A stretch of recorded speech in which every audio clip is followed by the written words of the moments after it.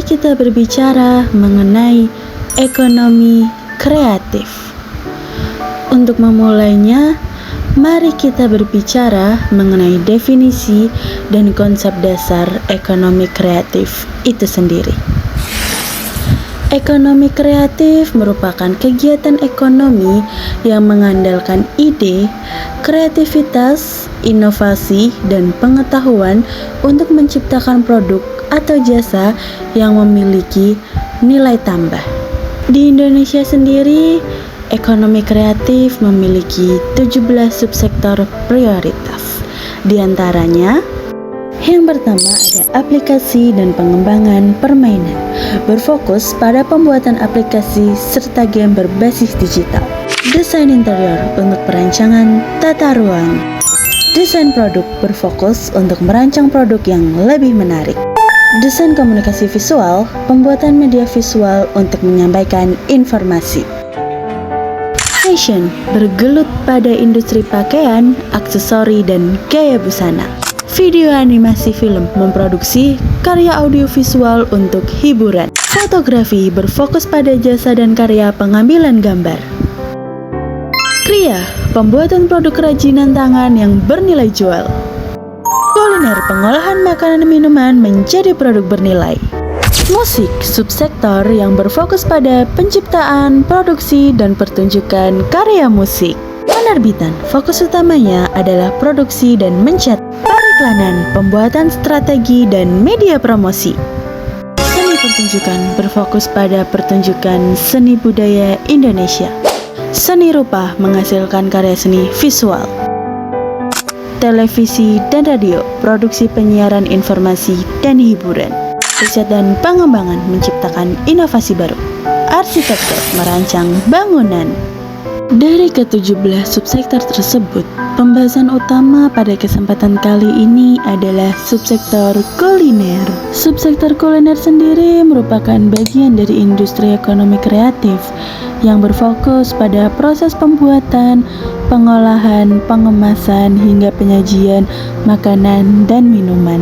Produk yang dihasilkan dalam subsektor kuliner sangat beragam, mulai dari makanan tradisional, makanan cepat saji, minuman, makanan ringan, hingga rumah makan dengan konsep khas daerah. Jika kita melihat peluang bisnis dan prospek pasarnya, subsektor kuliner memiliki peluang yang sangat besar karena kebutuhan makanan adalah kebutuhan pokok, sehingga permintaan terhadap produk kuliner akan selalu ada. Peran teknologi digital pada era saat ini sangat membantu pelaku usaha.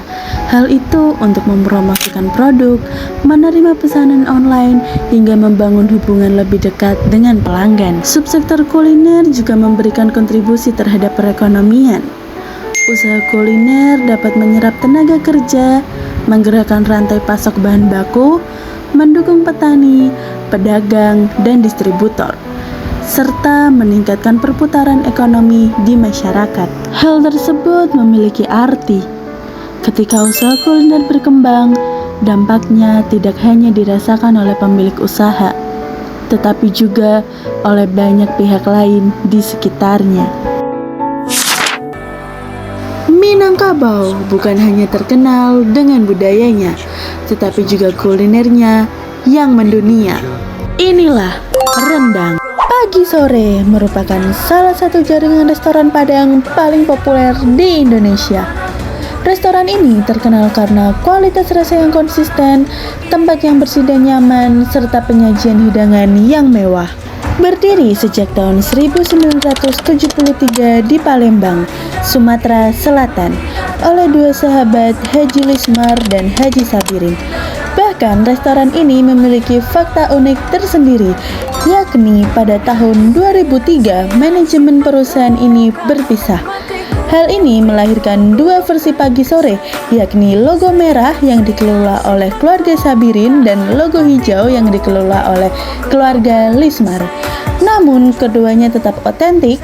Gaya restorannya sendiri menawarkan konsep rumah makan Padang modern dan premium. Produk yang dihasilkan pada makanan utama adalah rendang atau yang sering dijuluki jagonya rendang, ayam pop, gulai kepala kakap, dan telur barendo. Keunggulan produknya sendiri ada pada rasanya yang kaya rempah dan dagingnya yang sangat empuk. Bahkan, bahan baku diproses dengan standar kebersihan dan resep yang terukur. Bahkan, untuk strategi pemasarannya sendiri, pagi sore menerapkan kualitas adalah kunci utama rasa yang konsisten di semua cabang menjadi daya tarik utama. Lalu memiliki branding yang kuat dan membangun identitas dengan satu fokus menu andalan. Pagi sore juga menggunakan promosi digital dan fisik seperti pemanfaatan media sosial TikTok, influencer, Instagram, dan kolaborasi promo dengan perbankan. Pemanfaatan teknologi mereka sendiri menggunakan sistem data mining untuk melihat menu apa saja yang paling banyak dibeli oleh pelanggan di cabang tertentu. Lalu, mereka juga menggunakan pembayaran dengan sistem non-tunai melalui kris, EDC, dan aplikasi perbankan modern. Bahkan pemesanan tersedia layanan pesan antar melalui aplikasi GoFood, Grab, maupun Shopee. Untuk tantangannya sendiri ada persaingan bisnis kuliner yang semakin ketat, biaya sewa dan bahan baku yang terus naik, dan standarisasi layanan serta cita rasa saat membuka cabang baru. Juga peluangnya ada pasar makanan frozen food sangat besar untuk dikirim ke luar kota atau luar negeri, dan ekspansi ke kota-kota terus berkembang. Berikut merupakan kesimpulan, saran, dan rekomendasinya.